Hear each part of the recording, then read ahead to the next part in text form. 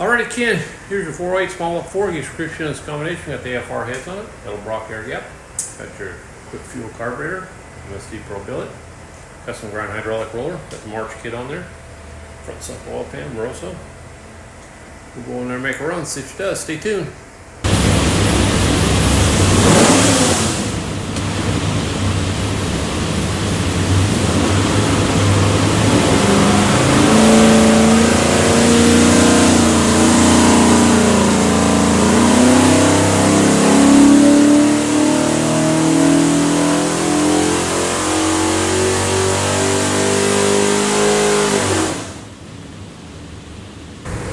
Alrighty, 3,400, 489 foot-pounds of torque, peak torque 512, peak horsepower 500, rated 500, it's got a front end on it, so everything's good.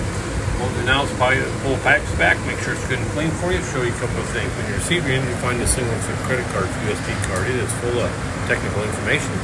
On the engine will be the engine tag. It'll have some other specs plus your engine number. If you need anything from us, that's the easiest way for us to look you up. Flip it over, it's got a QR code. That will take you some more tech stuff. So have a great day.